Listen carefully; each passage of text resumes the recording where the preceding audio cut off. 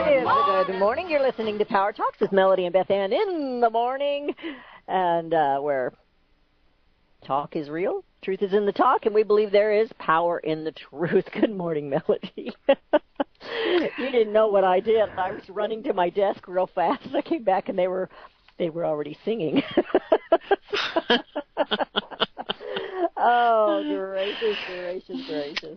Well, they were only singing. I hadn't started my tap dancing yet. Oh, I know. I didn't miss the tap dance. I can't miss the tap dance. And the article I was searching for was in front of me all the time. So anyway, Toronto's, well, she's not Toronto's, but Dean Abdallah, I don't know if I'm even saying his name right. He's a Muslim American radio talk show host. And he said on MSNBC Monday, now, you know, we had this tragedy, this horrible attack in Toronto, where a man took a van and just mowed down a bunch of people.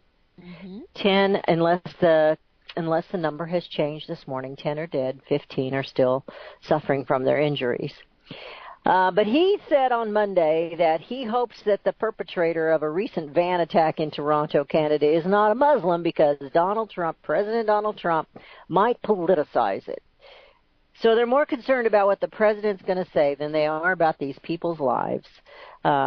He is a Muslim himself, and of course he says he's been to Toronto many times and met with Muslim organizations and groups there and blah, blah, blah, blah, blah, blah. But I'm thinking, why would that be the focus of his thoughts? Oh, my gosh, if this guy's Muslim, somebody's going to mention it.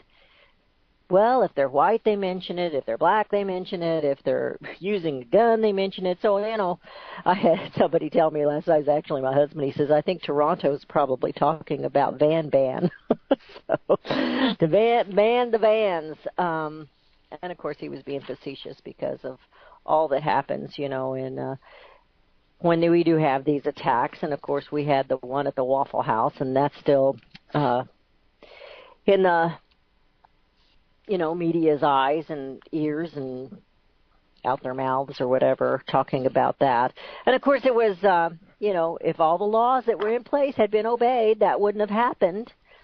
So it isn't about gun control. And like I mentioned yesterday, isn't it against the law for him to run around naked? But anyway, that's kind of a sad deal, I think, that we've come to a point, instead of focusing on the loss, this guy's worried about what somebody's going to say if it was a Muslim. He's going to politicize it.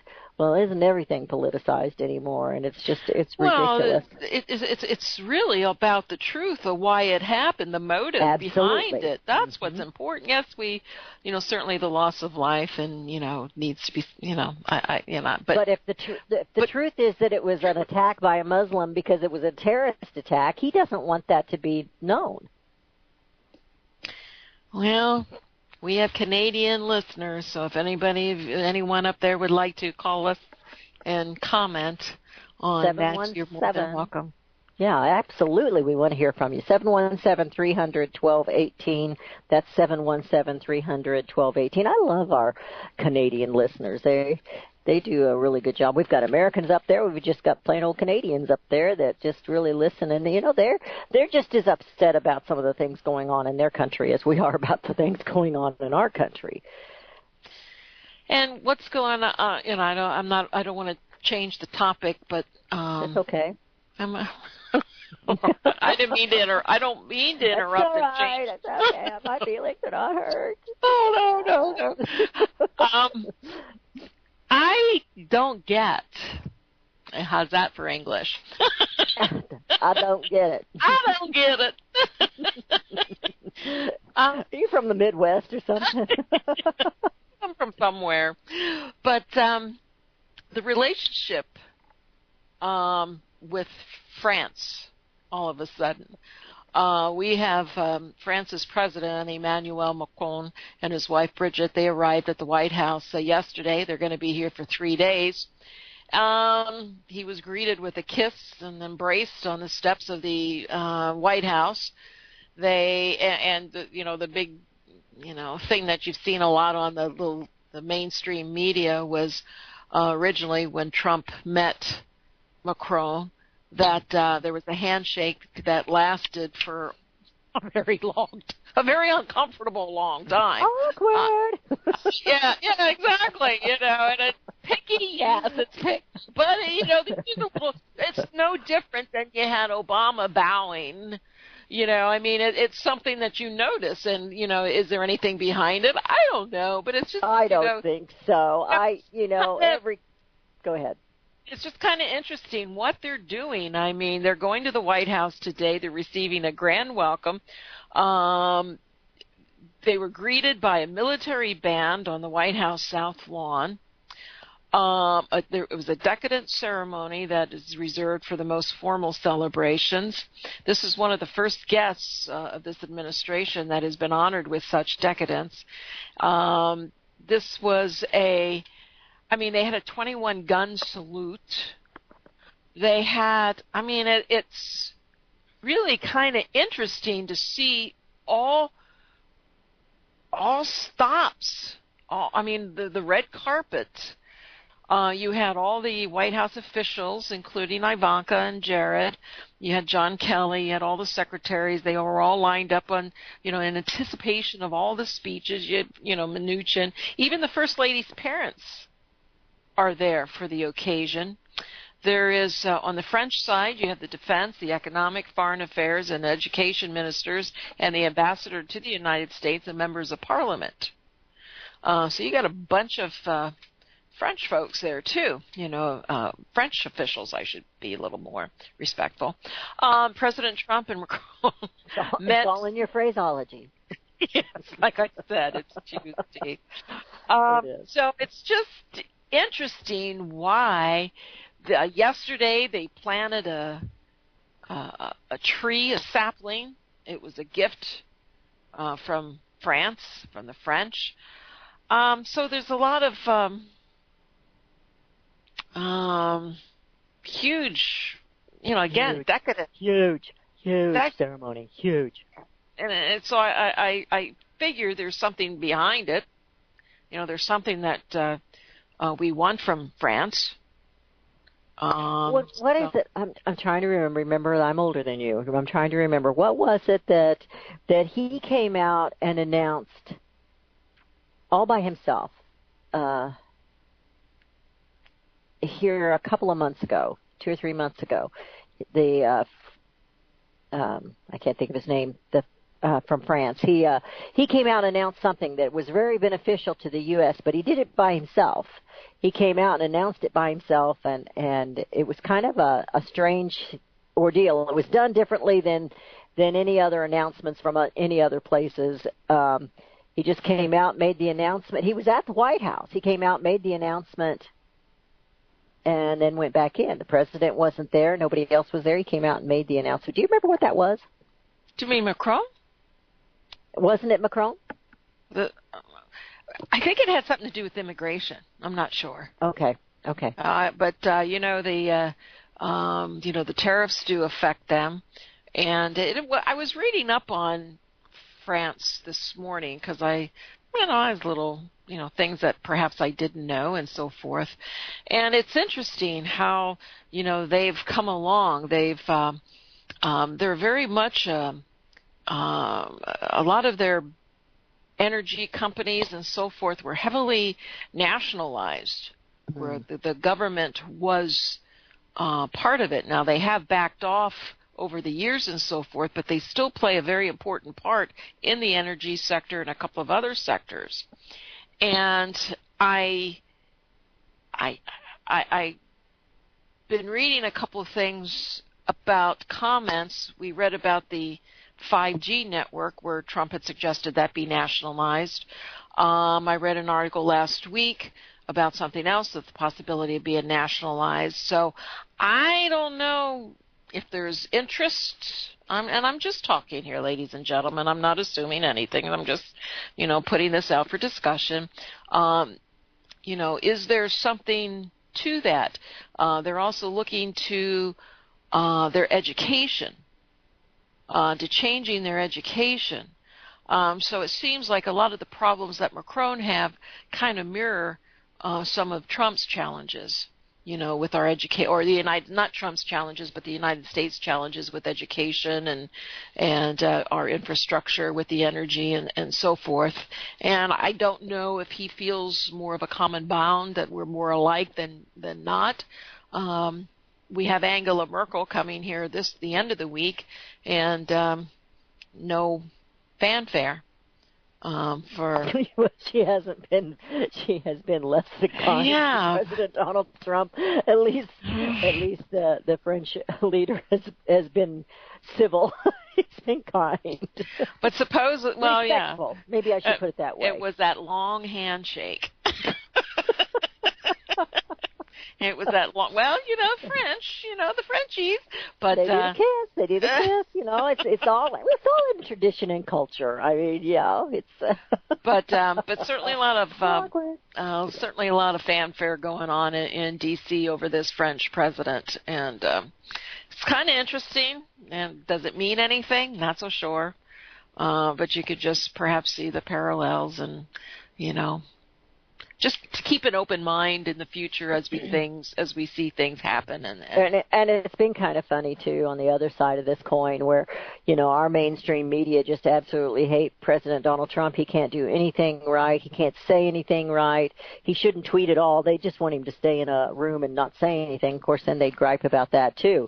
But here we've got talks going on, and Kim Jong-un announces that he's going to at least for now, he's going to stop his nuclear testing and building and all this and that. And they're like in awe. They just can't believe that this has happened, because they were just sure we were going, and we don't know that we're not yet. They were just sure we were going into this big conflict immediately, because President Donald Trump called him Rocket Man. And actually the guy was kind of flattered by Rocket Man. But media is really having a time trying to deal with anything that comes out that seems positive. We never know down the road, but it seems positive at this moment. Oh, I agree. I agree 100%. But I think I always thought to myself, he's young. He's not going to follow along the footsteps of his grandfather and father. He knows he needs to have he knows he needs to protect his country. He saw what happened to Saddam. He saw what happened to Gaddafi, and this might be a different administration, but after this administration leaves, he still has to be there to protect himself. And It truly, he is young enough, and even Donald Trump called him a smart cookie in the early days. So, I think he is. I never believed people said he was insane. He's a madman. Yeah, I never believed that. He's different, but the cultures from country to country, nation to nation, they are different, and that's what makes it all interesting. And that's what makes the United States at one time made it so special, because we were the melting pot of all these cultures, because we have all those who have chosen from other nations to come and live and become an American. And that's what made it so special. And now we have the liberal left wanting everybody to stay who they are and not melt together and not join together and rejoice in liberty and freedom or independence or any of that. They don't want any of that, because they want socialism. And, I'm supposed to have, I don't know, I would like to have that test done, but I don't trust them with my blood. I'm supposed to be French, Irish, Scotch, Indian, English, and German. Yeah, you know why I argue with myself all the time. We're going into a break. Your calls are welcome at 717-300-1218. That's 717-300-1218. You're listening to Power Talks with Melody and Beth Ann in the morning, and we will be right back. Hear it first on FirstAmendmentRadio.com and FirstAmendmentRadio.net. Gold and silver is tremendously undervalued. Global demand vastly exceeds mine supply by more than 60% annually. There is little in the financial world more certain than a coming explosion in the prices of gold and silver. The U.S. dollar continues to lose value and respect as the world's reserve currency. Our nation faces challenges on many fronts, and a day doesn't pass without another economist bringing forth warnings of impending economic calamity. There has never been a better time than right now to acquire physical gold and silver. Discount Gold and Silver Trading was founded on the principles of truth and honesty. We believe in providing a quality product, quality service, and most importantly, competitive pricing. We provide all forms of precious metals, including American gold, silver, platinum, and rare investment and circulated coins. Silver bars, rounds, and 90% silver bags are on hand for the silver investor. Gold self-directed IRAs are available. Call Discount Gold and Silver Trading at 1-800-375-4188. Toll free, that's 1-800-375-4188. Visit crosstheborder.org, CROSS, crosstheborder.org, to get your print, EPUB, or PDF version of Nicholas Arthur's new book titled When the Third Temple is Built. That's crosstheborder.org. When it comes to prophecy today, much of the evangelical Christian world has their eyes on Israel, waiting and watching to see when the third temple will begin to be built. The plans are drawn. The Jewish people are eager. Most evangelical Christians today believe that the rapture will happen before the third temple is built. Hi, I'm Michael Eugene. I was taught that Daniel's 70th week was in the future. Is that really what the Bible teaches? Have we searched the Scriptures and found this to be true? Why is it so important for a reestablished Israel to build a third temple in Jerusalem? Is it necessary to build a temple on the same location already occupied by the Dome of the Rock? Is it necessary for sacrifices to take place in the temple on Temple Mount? Is there really a rapture followed by 7 years of tribulation? What is the New Testament temple? Can we identify history and prophecy? Who is the first beast in Revelation chapter 13? Who are the 7 kings in Revelation 17? I have asked all these questions, and I have found Nicholas Arthur's new book, When the Third Temple is Built, answers all these questions and more, using Scripture to interpret Scripture. The Bible says that no prophecy of Scripture is of any private interpretation. Nicholas shows us in his new book, When the Third Temple is Built, how the Bible interprets prophecy and not man's private interpretation. Visit crosstheborder.org, CROSS, crosstheborder.org, to get your print, EPUB, or PDF version of Nicholas Arthur's new book titled When the Third Temple is Built. That's crosstheborder.org. Years ahead of the dominant media, FirstAmendmentRadio.com and FirstAmendmentRadio.net. And we have returned. You're listening to Power Talks with Melody and Beth Ann in the morning. I wanted to talk about one more thing, and then I'm going to turn it over to you. I had... Oh, you are? I am. I'm just going to sit back and fill my coffee cup and put my feet up on the table. And all right. I get a big kick out of Sarah Sanders. I don't know if you do or not, but Sarah Huckabee Sanders, she just doesn't take anything off of these guys. And I think Jim Acosta comes out looking like an idiot about every time. And maybe it's because I'm prejudiced, because I like Sarah. But he's wanting to make a racist comment out of something that President Donald Trump said about California. He says here, he tweeted a lot over the weekend, but last week he was talking about sanctuary cities in California and saying there was a revolution going on in California. Some of these sanctuary areas want out of this ridiculous crime-infested and breeding concept. Okay. Now this guy's, I'm sure he's got a college education. I do not, so I understand English. And so he's a journalist. He should understand the English language, I would think. But, of course, they have to turn everything the president says around to make it sound like it's a racist or a demeaning remark. I can't even talk. But I know the English, but I can't say it. He says, we haven't had a chance to ask you about that tweet. When he used the word breeding, was he making a derogatory term about Latinos in California? That they breed a lot or that they're prone to breeding? Now, who's the real racist here that he would even think that? And Sanders, she quickly said, no. He's talking about the problem itself growing and getting bigger.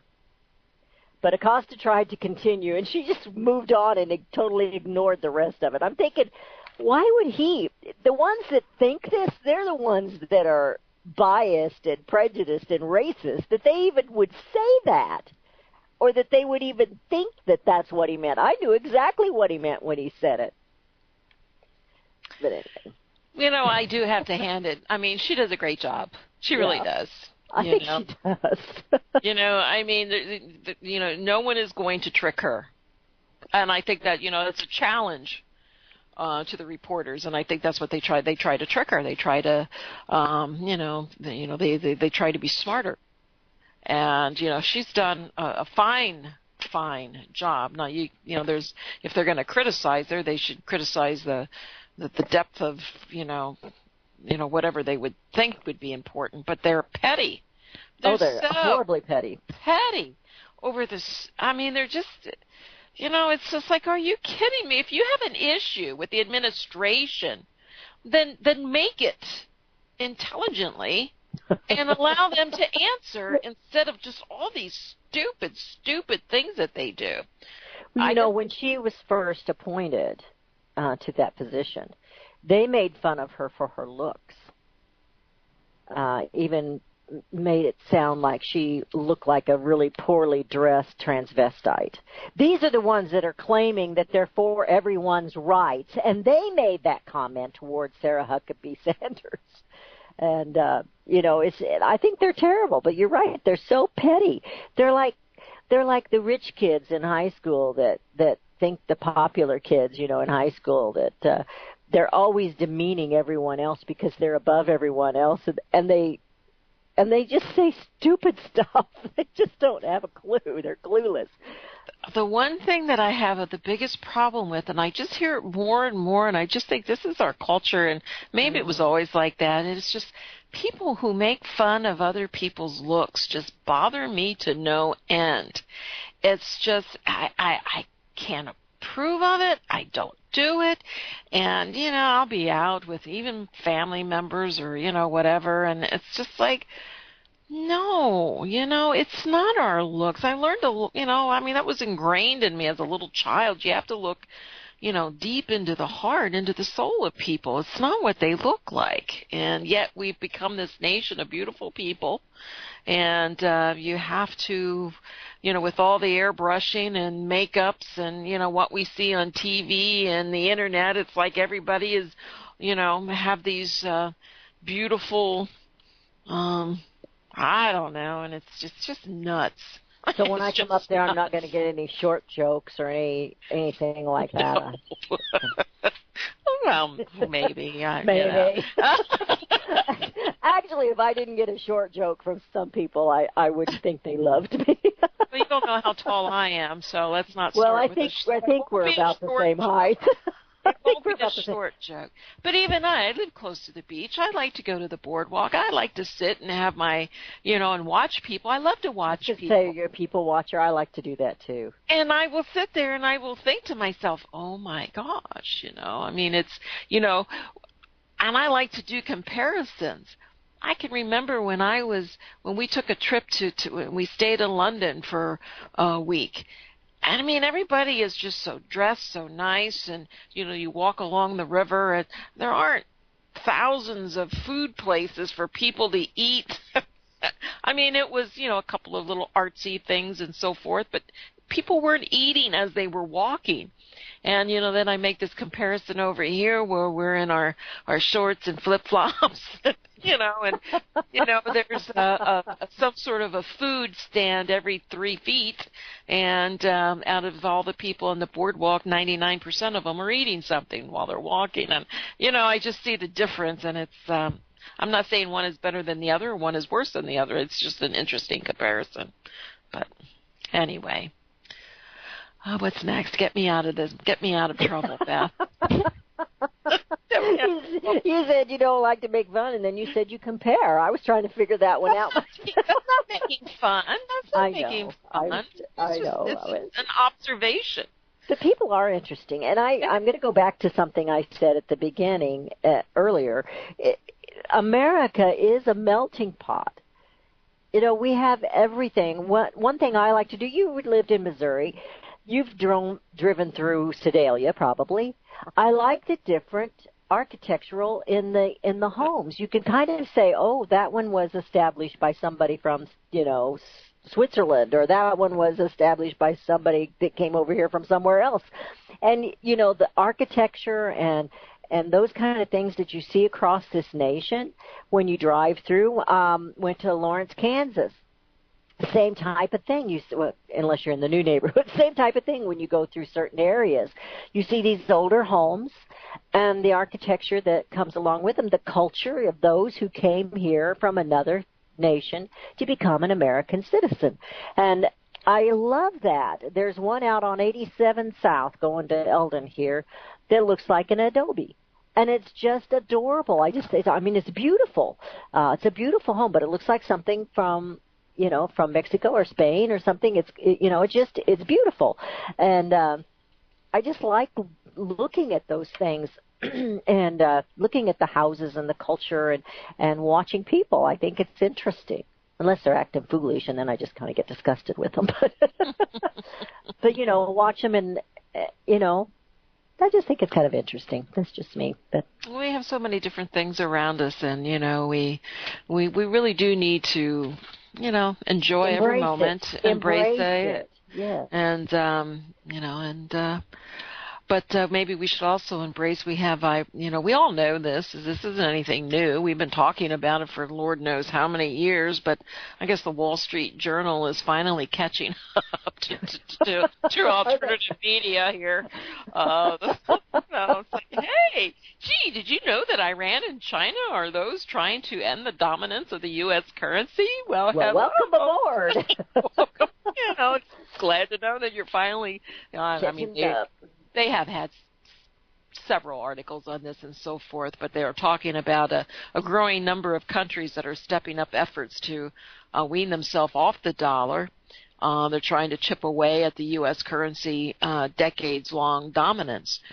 This isn't anything new. We had China come out after the Great Recession, coming out and said they don't believe any one currency should be the reserve currency. There should be a basket of them. They should be an equal amount, and the only way they're going to do that is if they have a basket of currencies and stabilize them with gold. That is the only way. And we do know China's love affair with gold, and they understand gold. They get gold. And so you had Iran last week became the latest when it pledged to replace the dollar with the euro in its foreign currency accounting. China introduced that, and then you wonder why all of this information, all this discussions about Iran lately. Why do you think it's being ramped up? Because last week they became the latest when it pledged to replace the dollar with the euro in its foreign currency accounting. That's why. China introduced the world's first yuan-dominated oil contracts last month.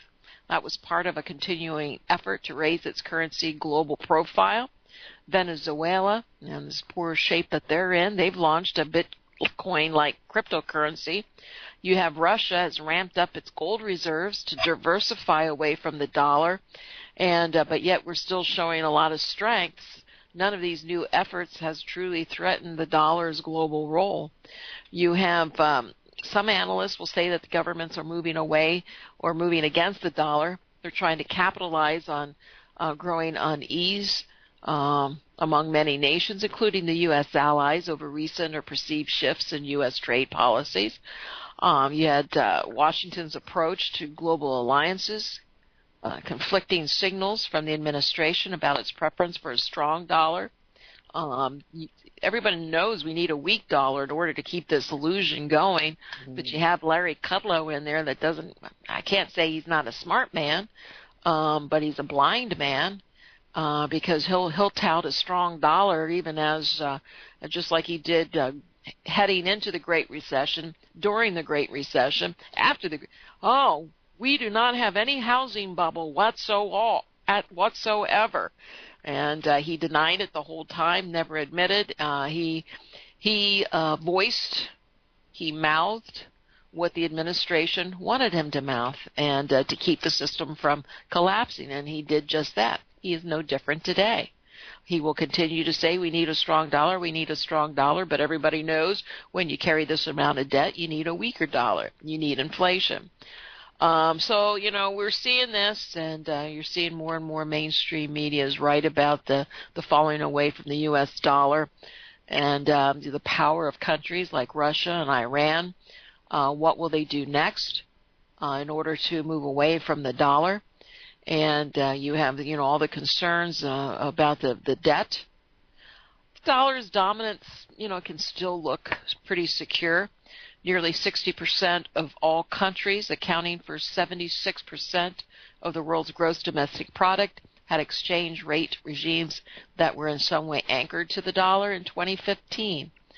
The U.S. currency is involved in nearly 9 out of 10 transactions in the daily $5.1 trillion foreign exchange market.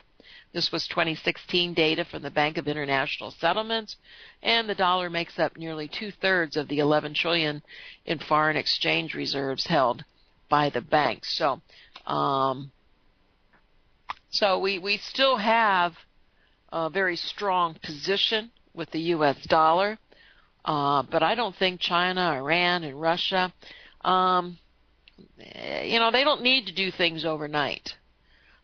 Just like everything else, when we look at the agenda of the elite, they have patience. They have a different time span than we do, that talk about it and report it on it. I mean, that's why you see all these reports and everybody gives dates and they're always wrong. They're always they are. They're always wrong. They're Absolutely. always wrong. Everybody who takes credit for, I predicted the 2008. Well, you know what? There was a lot of us that were talking about it prior to 2008. They just have the ability to have a different position to talk about it and claim that they were the first ones to report on it and so forth. But everybody knew. We were talking about it from 2005, 2006. Before it even happened. It takes time, but we're seeing this change. Now, if you have a sudden war, if you have a sudden trade war, if you have anything could disrupt the world economies, because I do think they're very fragile. You still have huge economies that are pumping money into the system to keep their economies floating. These world economies are not going on their own. Neither is ours. They all receive stimulus from their central banks and governments. So, the 3% in the 10-year yield could have a little bit of an impact on our economy. It's all based on confidence. It isn't based on strength. It isn't based on true economic fundamentals. It's based on confidence. That's what a fiat currency is. And the world is awash in fiat currencies, and ours is the biggest. So, but I do know what happens in the meantime. In the meantime, we lose our purchasing power. The dollar we have inflation. Inflation isn't going to go away. We can see inflation in various sectors of the economy. We've exported a lot of our inflation. We're going to begin seeing that inflation come back. We don't see wages rising in order to offset that inflation. You have consumers out there that have record amount of credit card debts. So where is this all going? How is this all going to work? Any little tax rate that they say, any other little tax savings that they might have received from the tax reform is going to go for higher payments because rates are rising. It's not going to go back into the economy. So tell me how we're going to grow ourselves out of the economy, even if our GDP went up to a little over 3%. I think the spending course that we're on, and we haven't even talked about infrastructure yet. So how is this all going to play out? It's not going to play out for the ladies, for the women and men and people who work and try to save. I was reading about France today. They had the citizens, at least most of them have $1,000 savings. We don't even have that. So in some degrees we're a little bit, we're worse off really than France. And yes, we can talk about the difference in governments and so forth, but I'm talking about the citizens at this point. So anyway, we have Oscar calling, and good morning, Oscar. Good morning, Oscar. Good morning, ladies. How are you today? Doing good. Great, Thank you very much. All right. I have a question.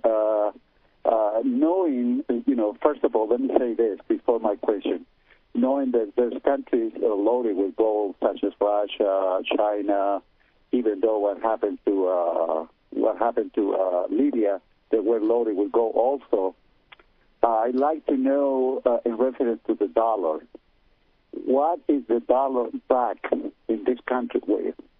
Because I've heard so many comments about the dollar does not even worth the paper that it's made.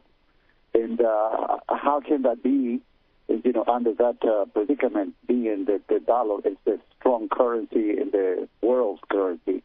And that's why my question is, what is the dollar back with? So that's my question. That's all I have to say, and you have a lovely day. All right, thank you. Thank you, Oscar. Well, what happened is when they closed the gold window in the early 70s, there was an arrangement made with the Saudis. And basically our dollar was, I'm making a long story short, our dollar was backed by oil. That was the agreement that we would protect the Saudis militarily. And that's when OPEC was created, and they made all the other OPEC members to sell their oil in dollars. So we gradually had the dollar. If you couldn't buy oil, it was in the dollars. So we were able to weave ourselves into the global economy. And I think right now at this point in time, and so it was backed by oil. You see everything, the various things you can talk about. Peak oil. You can talk about. You have China with their UN backed oil contracts. This is their part of moving away from the U.S. dollar. We saw that in Iraq. He began to sell oil in euros. Whacked. He's gone. Gaddafi, same thing. He was trying to go back. The reports have it that he was trying to go back to a better currency that was backed by gold. And whacked. He's gone. Now you have Iran. The same thing. You have Russia, who supplies a lot of oil to Europe. But now they want to build that natural gas pipeline down through North Korea and into, I've said that how many times, South Korea. So there's always, when you look to, there's in Syria, you look to, pipelines to distribute oil, to distribute natural gas. Yeah. So folks, ladies and gentlemen, it's all about money. It's all of our problems that we have. Is everyone positioning, and people are you have countries like China, the strength. We've paid their way. All the little trinkets. We exported our inflation so we could buy their little trinkets. They became wealthy. They're now militarily probably equal to us. We have Russia, who came out and claimed their military new weapons. So things are changing. How can we be the dominant force in the world? That's the only thing that's keeping us as that number one country is the use of the currency, is the reserve currency, and that's just all backed by confidence. Mm-hmm. And as long as, as long as central banks can keep on printing, as long as the governments can keep on printing, but eventually you have to rip and strip and steal and rob from the taxpayer, from the citizens of the country. You can no longer, the economies no longer continue. I don't care how many factories you bring back and jobs you create. It's still, and that's why they're going after these entitlements. They're going to try to stem the collapse by adjusting the entitlements. I read somewhere, I saw an article where someone sent something to me where now, they're adding baby benefits, pregnancy benefits or something, and they're going to take it, add it to Medicaid or one of those programs, Social Security. And I'm thinking, well, how's that going to work? This was in the spending bill or something. And how's that going to work? So they're going to take the money away from the old people, from the retirees. I shouldn't call us old. From the elderly. Hey, yeah. From the people who are on Social Security to pay for these other programs. I mean, it's just nuts. It's nuts. And for people to think that, people who have all these retirement accounts, pension plans, IRAs, they're not going to be affected.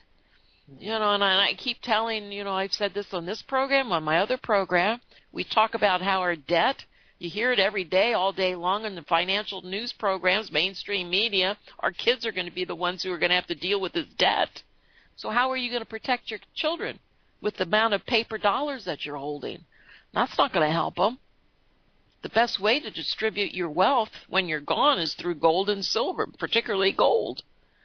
That's what's going to protect your children's purchasing power, not the paper dollars. And yeah, a lot of them are going to sell your gold because they want the paper dollars, but that means you have to educate them and why it's important to have gold and why it's important to keep it if you just decide to distribute your wealth that way. So, it's all about protecting the purchasing power. And yeah, you've heard these examples a million times. A $20 gold piece from 100 years ago buys the same thing today. Check that out with your paper dollar.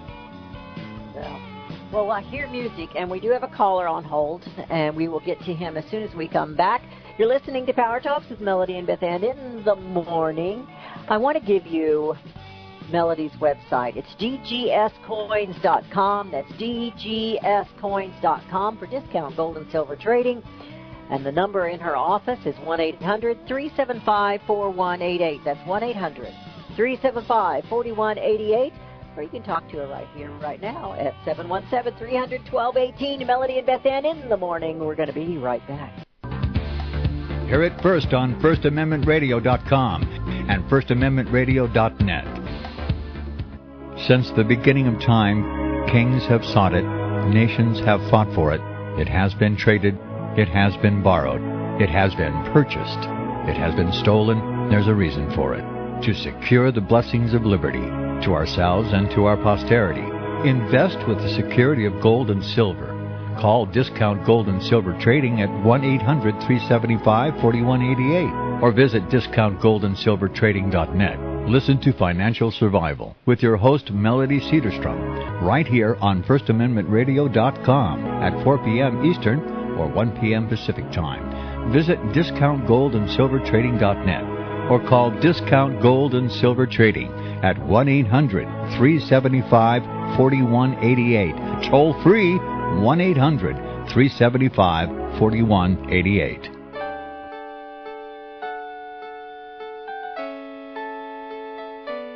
The program you are listening to is 100% sponsored by you, the listener, on this First Amendment Rights Media channel. You will notice that there are few commercials on this radio network. There's a good reason for that.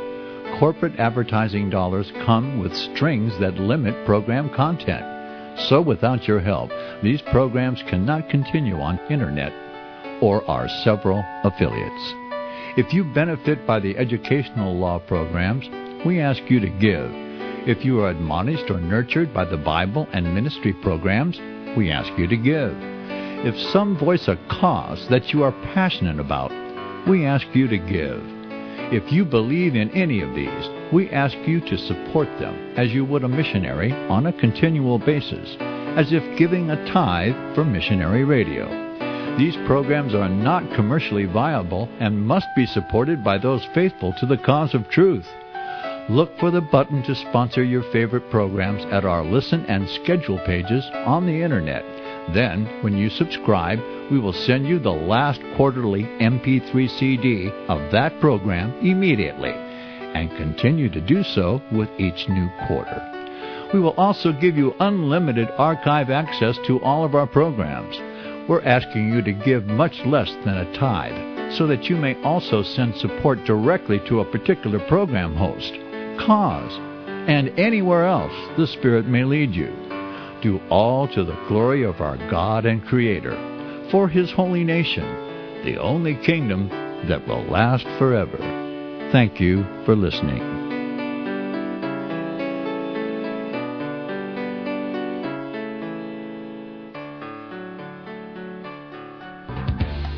Hear it first on FirstAmendmentRadio.com and FirstAmendmentRadio.net. We have returned to listening to Power Talks with Melody and Beth. And in the morning, we're in the final segment of this morning's show. And we're going to go to the phone lines. Doug's been very patient. Doug from Pennsylvania. Doug, how are you today? I'm doing pretty good. How are you? I'm good. What's on your mind?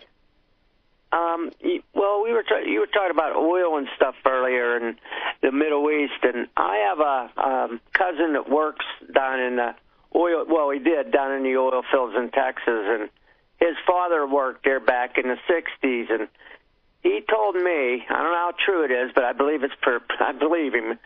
He told me that when OPEC started up, they were told to poison these oil wells that they had oil in. They did that, he said, because they wanted to get the oil from the Middle East, and so they want every country to depend on the other one for something, so they can get a new world order in here. And It looks to me like they pretty much did it. So you're right, we are ruled by big government now. We are losing our Constitution. We're losing our Bill of Rights, and I'm sending for that thing that you have, and I appreciate you putting it out like that. People need to get that. I'm going to get about 10 copies of it and distribute it to my friends. What thing are you talking about? Yeah. What thing were we talking about? That's all I really have to say. And like I said, I appreciate your show very much. I listen to it every morning. I look forward to it, and I appreciate it.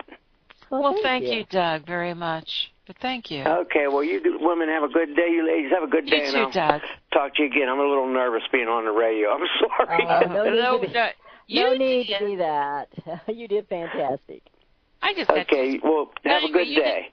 You too. Thank you. And you're a fellow Pennsylvanian, too, so, Yeah. You're all right.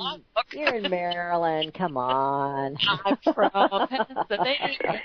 But, no, it's very true. And, you can ask yourself what was the oil embargo all about in the early 70s and so forth. So, it all works together, and we've seen this. And, again, they're very patient. And you can go back and look at the various people in position. You can look to see who has, who has taken the role of promoting this world agenda. And, we know it's been going on for a very long time. It's not something that just happened. It's something that's, like you mentioned, they're patient. They have a plan, and they go down this road for this plan, and they're very patient. Hundreds of years in advance. Oh, absolutely. Hundreds of years in advance. This is why you have all of these scholarships, the Rhodes Scholars, the Carnegies. You're going to have the Rothschilds. You have all their wealth. And that's what always concerns me about today's wealth, about the billionaires today. People say, well, you just don't like the wealthy. No, that's not it at all. Look what wealth does to countries. Look what Soros has done with his wealth. They don't use their wealth for good, because if they used their wealth for good, they wouldn't be wealthy anymore.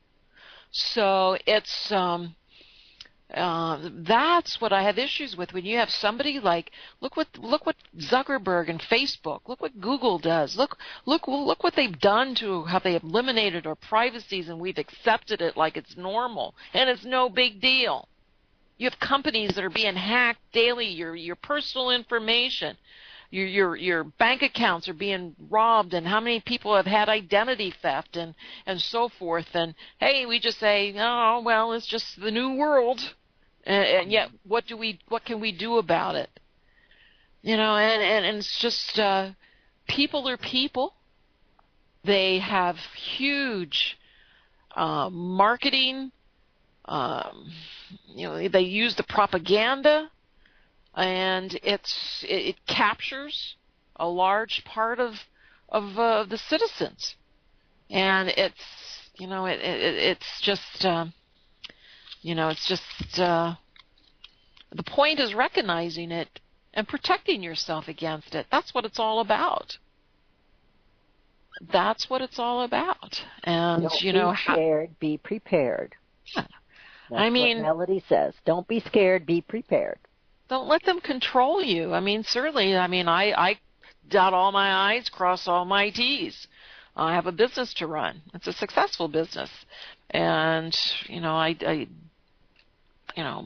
but there's, but anyway, if you follow along in their footsteps and you don't protect yourself against what they're trying to accomplish, you will get caught up. You can't be free of them unless you're financially free.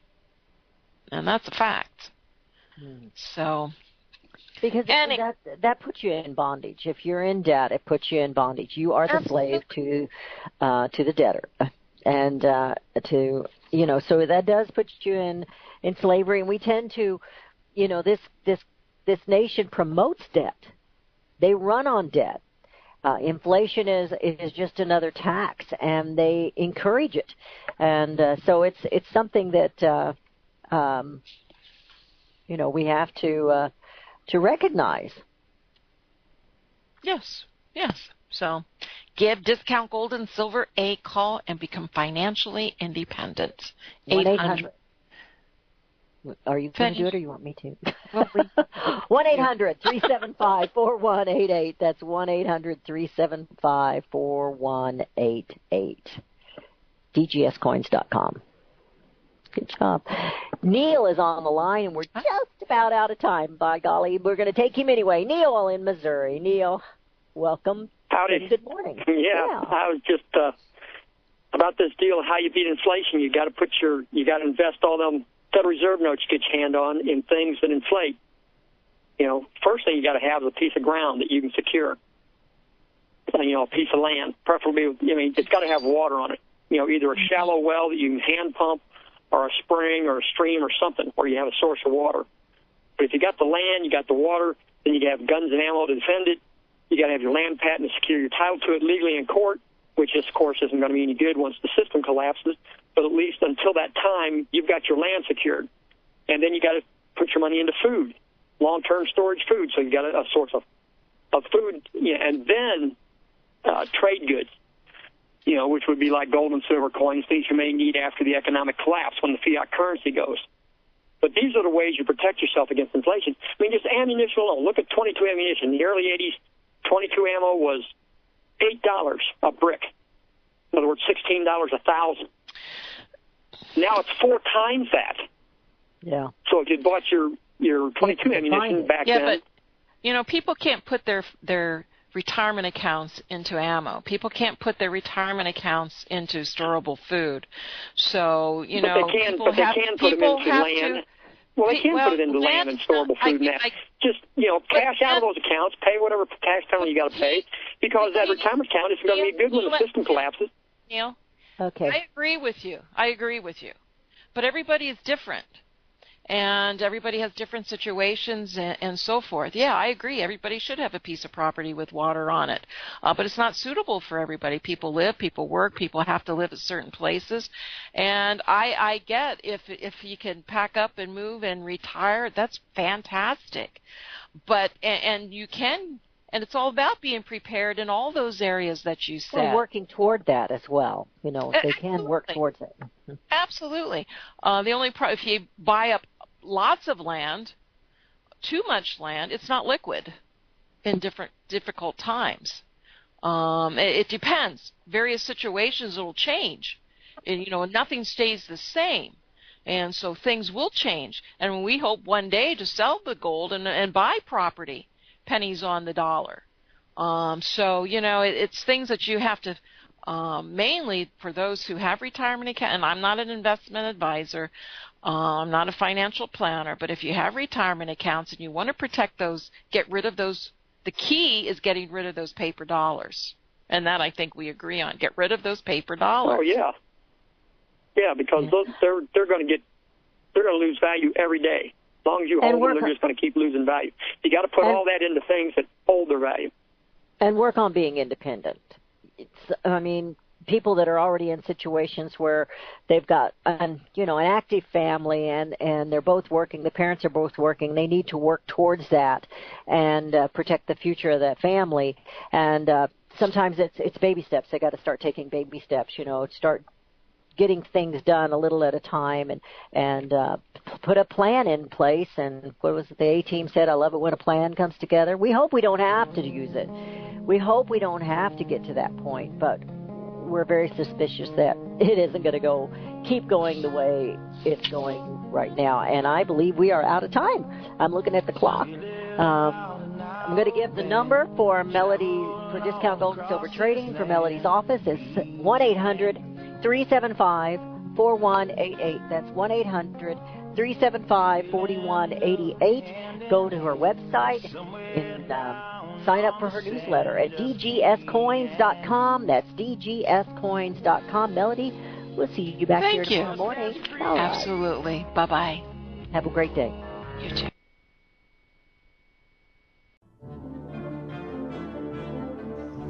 Visit crosstheborder.org, crosstheborder.org, to get your print, EPUB, or PDF version of Nicholas Arthur's new book titled When the Third Temple is Built.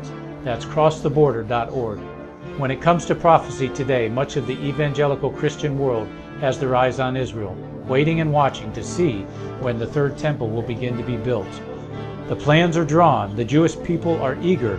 Most evangelical Christians today believe that the rapture will happen before the third temple is built. Hi, I'm Michael Eugene.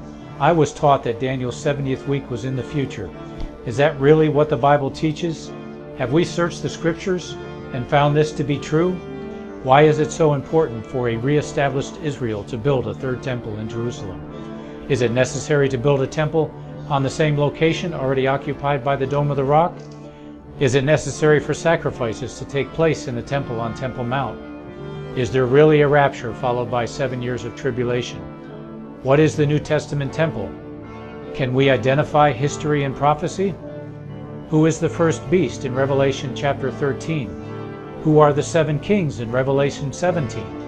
I have asked all these questions, and I have found Nicholas Arthur's new book, When the Third Temple is Built, answers all these questions and more using Scripture to interpret Scripture. The Bible says that no prophecy of Scripture is of any private interpretation. Nicholas shows us in his new book, When the Third Temple is Built, how the Bible interprets prophecy and not man's private interpretation. Visit crosstheborder.org, crosstheborder.org, to get your print, EPUB, or PDF version of Nicholas Arthur's new book titled When the Third Temple is Built. That's crosstheborder.org. The book of Revelation says, the spirit of prophecy is the testimony of Jesus Christ. This is at the very heart of FirstAmendmentRadio.com. In that spirit, we have created the Prophecy Reality News app for all of your mobile devices, streaming First Amendment Radio 24 hours a day, 7 days a week. Available for your Apple, Android device, and smartphone, absolutely free. Get the Prophecy Reality News app installed today so you can listen to First Amendment Radio wherever you are. The Prophecy Reality News app. Get it now. Since the beginning of time, kings have sought it, nations have fought for it.